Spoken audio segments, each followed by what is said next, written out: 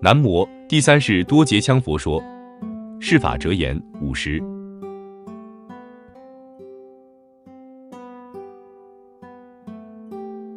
俗事不得高论，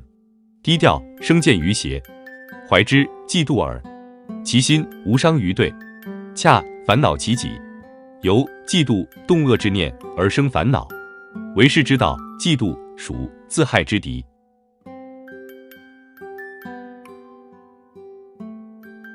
庸俗的知识是达不到高深理论境界的，就是说他的思想升华不到炉火纯青之境。低调庸俗的境界往往生出来的是邪知邪见，而有邪知邪见的人心中大部分怀的是嫉妒，就是嫉妒他人，嫉妒他业。实际上这种人是自己害自己，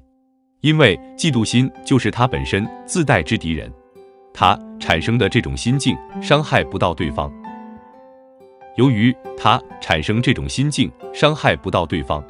他就愈加烦恼，结果烦恼伤害到自己，所以这种自讨苦吃都是由嫉妒动恶念造成的。由于是这个原因呢，嫉妒就属于自己的敌人，而不是他人的敌人，